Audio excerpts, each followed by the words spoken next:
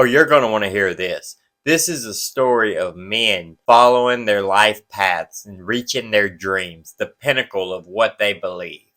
At least two. And then one is a story of a cheater getting put in his place. We're going to talk about the last three fights from UFC 280. They are fucking barn burners. You got Sean O'Malley versus Petr Yan. You got Aljamain Sterling versus TJ Dillashaw.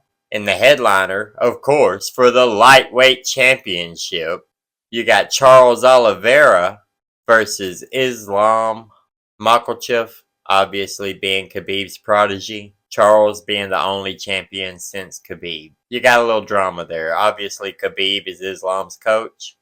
Let's start at the bottom and work our way up.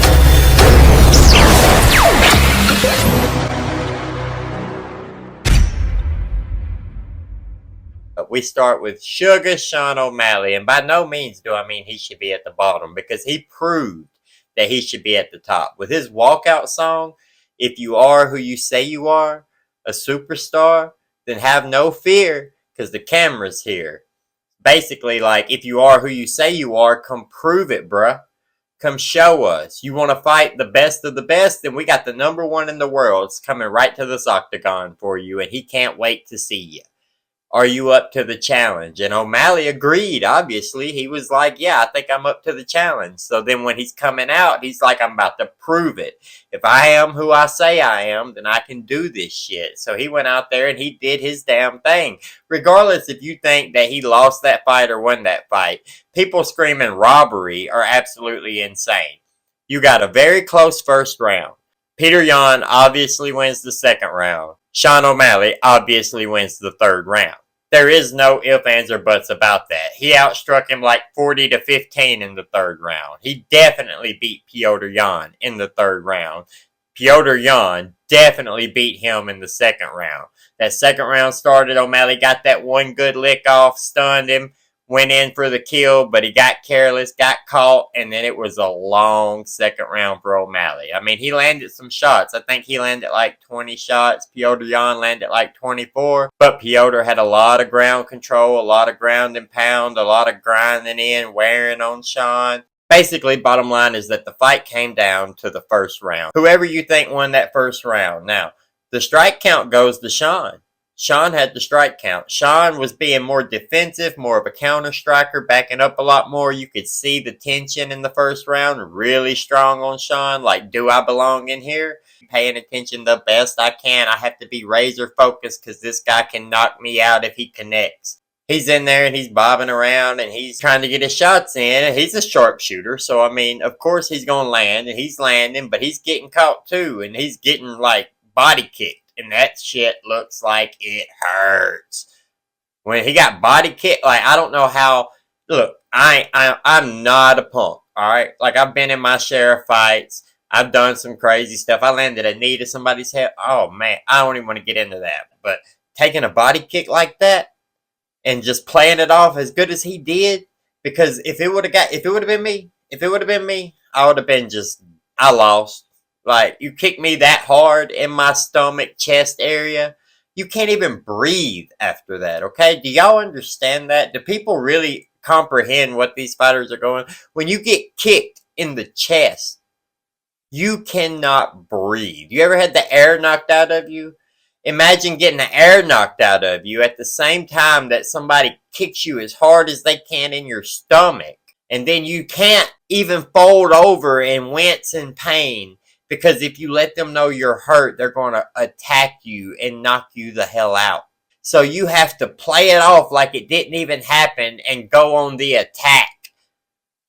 I couldn't do. I ain't built like that. Like, you kick me, like, I'm all good. We can punch each other in the face a lot of times. You come across and you kick me in my stomach and I'm done, right? O'Malley played it off. He showed that he is very capable of being at the top. But that first round, it's razor thin. I watched the Weasels breakdown. You can go watch Weasels content. I'll put a link in the description. That round was close. He does his breakdown. He shows you how razor thin it is. So it could go either way. Depending on what a judge saw or didn't see between that with a 1-to-2 miss ratio there. I mean, it It's not a robbery by any means whatsoever. It was a razor-thin decision, and O'Malley got the nod. People say O'Malley's UFC's boy, but I don't feel that way. I feel like he is promoting himself. He's doing a really good job of like getting out there, getting his name out there, live streaming, doing podcasts, doing other people's podcasts, talking, doing media constantly with the Schmo and anybody else, Ariel Helwani, whoever wants to have him on, he has him on. He does some characteristic shit when he gets on the bigger platforms. He's got his own platform. He's got his own sponsors. He's gaming and shit, driving around in a pink Lamborghini with neon shit on it. Like, he's putting his name out there. And the way that shit works, this is what all fighters need to understand right here. This is a free nugget of advice for any of y'all fighters who don't understand why you're not getting paid like O'Malley. He's putting his name out there. People know who he is. If people know who he is, then they find out that he is a fighter. Anytime that he's fighting, random people who don't care about fighting, who know who he is, will want to see that fight because they know who he is. They don't have to think he's the greatest in the world. They don't have to think he's the worst in the world. All they have to do is know who he is. Think about it. If somebody told you that one of your coworkers got in a fight and there was video of it, wouldn't you want to see it? Even if you like them, you hate them, whatever, you're indifferent, you barely know them, you still want to see that video, right? Because fighting is fighting. So Sean O'Malley putting his name out and being more popular, hanging out with YouTubers with millions and millions and millions of subscribers, where he gets all that attention, everybody knows who he is, hey, he looks this crazy way and he's a fighter. That's marketing. That's marketing 101. And he's giving you a lesson in marketing as we speak. He is going through it. He is showing you how to do it. The UFC is not pushing him anymore. He is making them push him. He is putting himself in the position to get that done.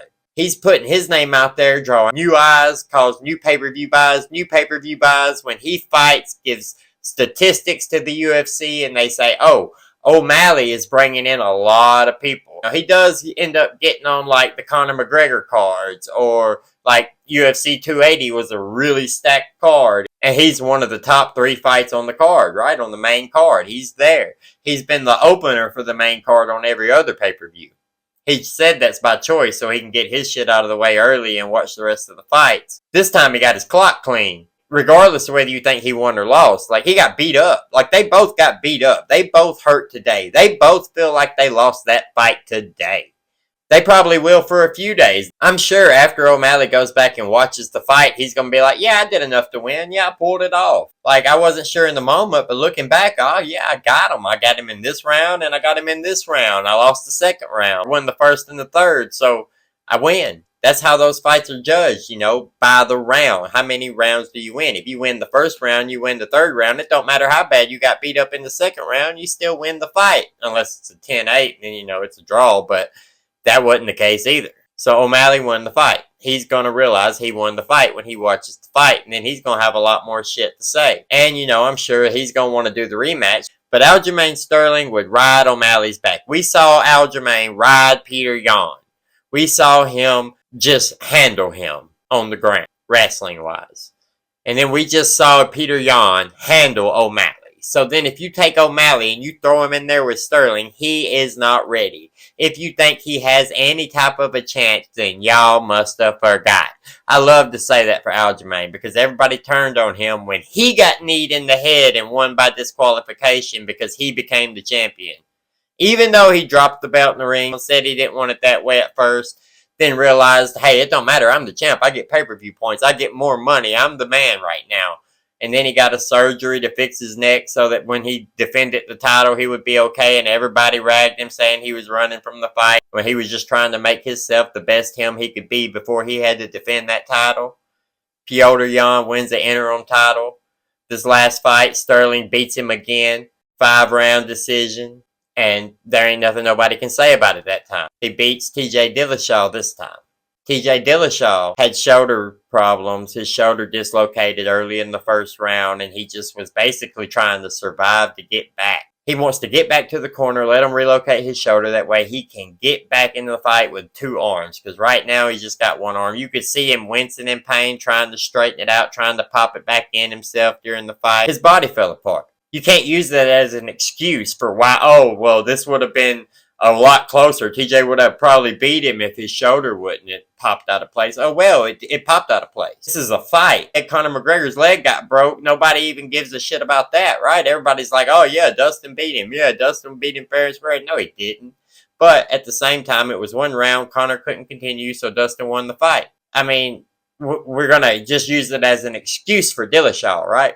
We're going to say, well, he could continue, and he did continue to fight, but he had a dislocated shoulder. Yeah, because it got dislocated in the fight, okay? I don't care how many times it was dislocated and put back in training camp. It got dislocated in the fight. He had a bad shoulder. He shouldn't have been in the fight.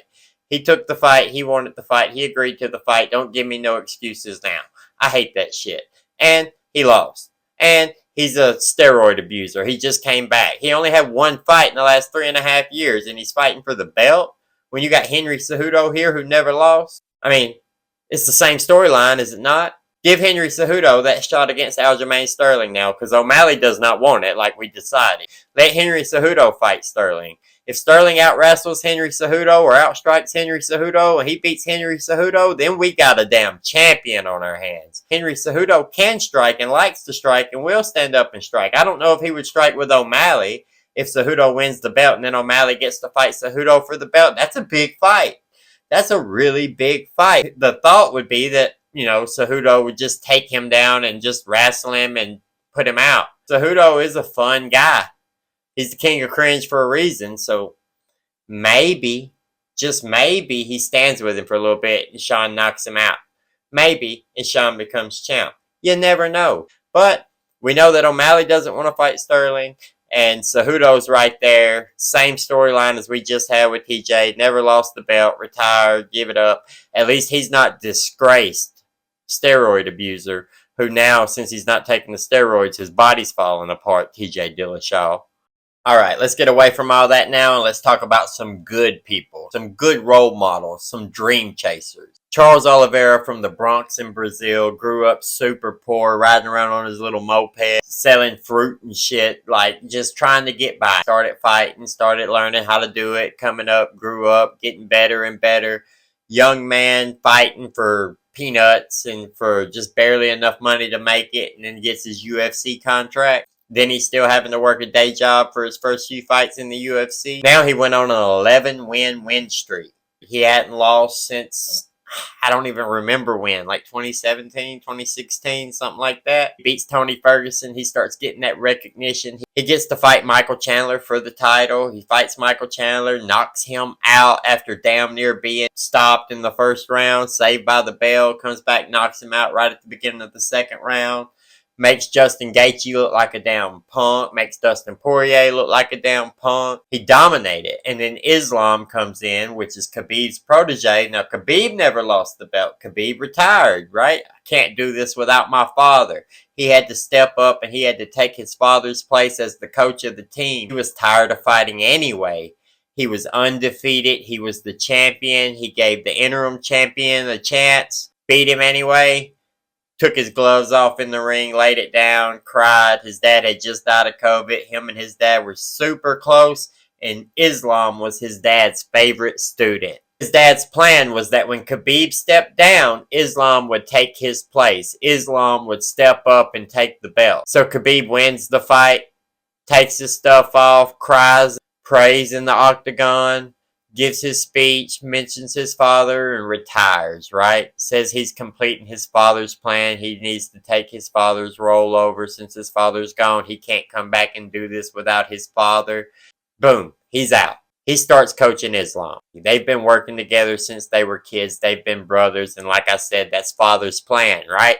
Make Islam be the champion now. So, Charles goes and he wins the belt and he's defending and he's doing great. And this whole time we're building Islam. As soon as Islam gets a victory under Khabib, Khabib's saying, give him a title shot. Give him a title shot. I know he's the best in the world. Give him a title shot. And they have him fight somebody else. He beats him. Give him a title shot. Give him a title shot. They schedule him against Beneil Dariush or whatever. Dariush gets hurt. Bobby Green comes in. Bobby Green was on a high right then from winning a fight. He's a fun fighter to watch. Islam just dominates him, takes him out, puts him down. Khabib's like, give him a title shot, give him a title shot. So then we just ended up getting Islam into a title shot after that. That's his plan, right? I think Islam may have been the favorite in this fight. Islam come in, and a lot of people say that he's like Khabib 2.0, whatever. And yeah, Khabib is his coach. He gets a lot from Khabib, but he's got a little bit of a different style than Khabib. Islam likes to stand with you a little bit more than Khabib did. Islam likes to get you in the clinch standing up and wrestle with you and just overpower you and push you down and then put you on the ground, where Khabib likes to just shoot in, grab you, throw you down. But this fight, Islam obviously showed some great striking, but once he got those good strikes, he went in for the shot, put him down, and smothered him. You could have played it side by side with Khabib Conor, the way Khabib was handling Conor on the ground in the first couple rounds and not letting him get up and just smothering him and pushing him down right up against the fence so he couldn't posture, so he couldn't spin his hips, he couldn't do nothing. All he could do was try to throw elbows and shit. But you could have played it side by side. He went into Khabib mode to complete father's plan. And he pressured on him. And when he was on Olivera, he was heavy on Olivera. You could tell he was heavy on Olivera. Pushing down, ground and pound, ground and pound. Olivera was trying to get some places to get some submissions. And he was trying to work around. But it was not having nothing. Islam was in full control basically that whole fight. Now, he got hit. Charles Olivera is a world-class athlete. And I was pulling for Charles Olivera. But you gotta love the story from Islam. Because no matter what you think, no matter how you feel, Khabib and Islam are two really good guys. They were raised right. They were raised in the mountains wrestling bears. But they were raised to be men. They were raised to be gentlemen. They were raised to be respectful. They were raised to be disciplined. And they were raised to be motivated. And they are. You can't not like them. Khabib had his little thing at the Conor fight where he jumped over the cage. But hey, shit happens. Emotion runs high. You're fighting. This guy done attacked the bus. Talked crap the whole time. Like, really did some stuff. Got in Khabib's head and talking crap. Like, shit happens. You get emotional sometimes. But like he said, he's more worried about when he gets home because father is going to destroy him when he gets home for what he did. Like, you can't not like these guys. Islam, the most respectful guy, wins the belt, tells about the father's plan stuff again, gives the belt to Khabib, thanks him for everything, says he wants to be an active, dominant champion. This card lived up to everything I expected it to be. It started off shitty. The prelims weren't that great. Sean Brady lost. Then the main card started off rough with the women because they didn't have no business being there. The Sean Brady-Muhammad fight should have been moved up and on the main card, but they had the women fighting on there because, you know, diversity and whatnot. That fight was not that great. I don't even care to talk about it. The rest of the card was very good. I know I only talked about the top 3 fights, but I mean, how long can I make this video for, you know? I hope y'all enjoyed it. I hope you got the storyline. I hope you understand all of it. I hope you understand what that means. It's such a huge accomplishment for Sean O'Malley, who proved that he belongs around the top of the class and he is the best of the best and he can beat the #1 ranked guy in the world. He can do it. He does belong. He's not just a UFC project. He belongs at the top of the rankings. He proved that tonight, okay? There is no doubt about it. He is who he says he is, a superstar.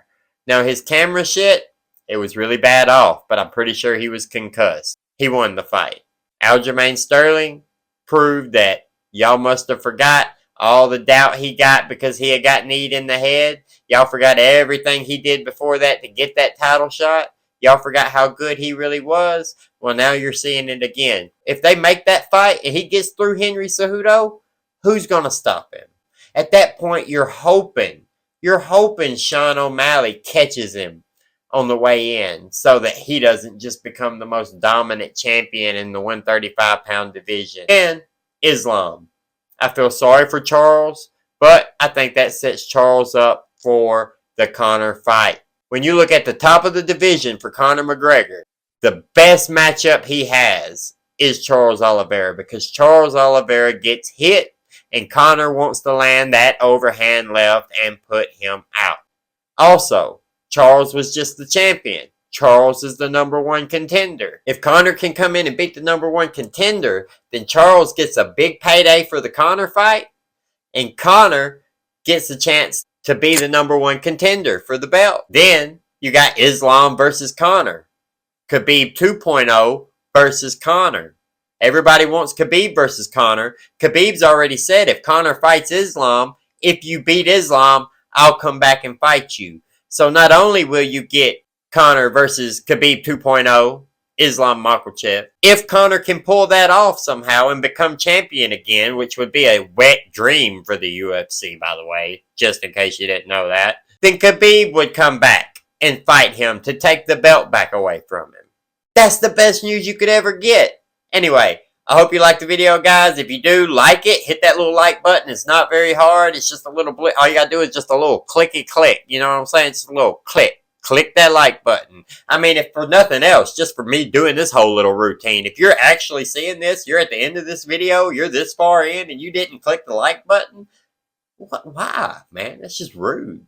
Comment below and let me know what you like about the video. Or if you click the dislike button, click it. I mean, it is what it is. Be honest with yourself, you know. But let me know. Comment. Let me know. What do you not like about it? What's so wrong with me? What did I do that you didn't like? Subscribe to the channel. Turn that little notification on so that you can either love me or hate me later. Have a good one, guys.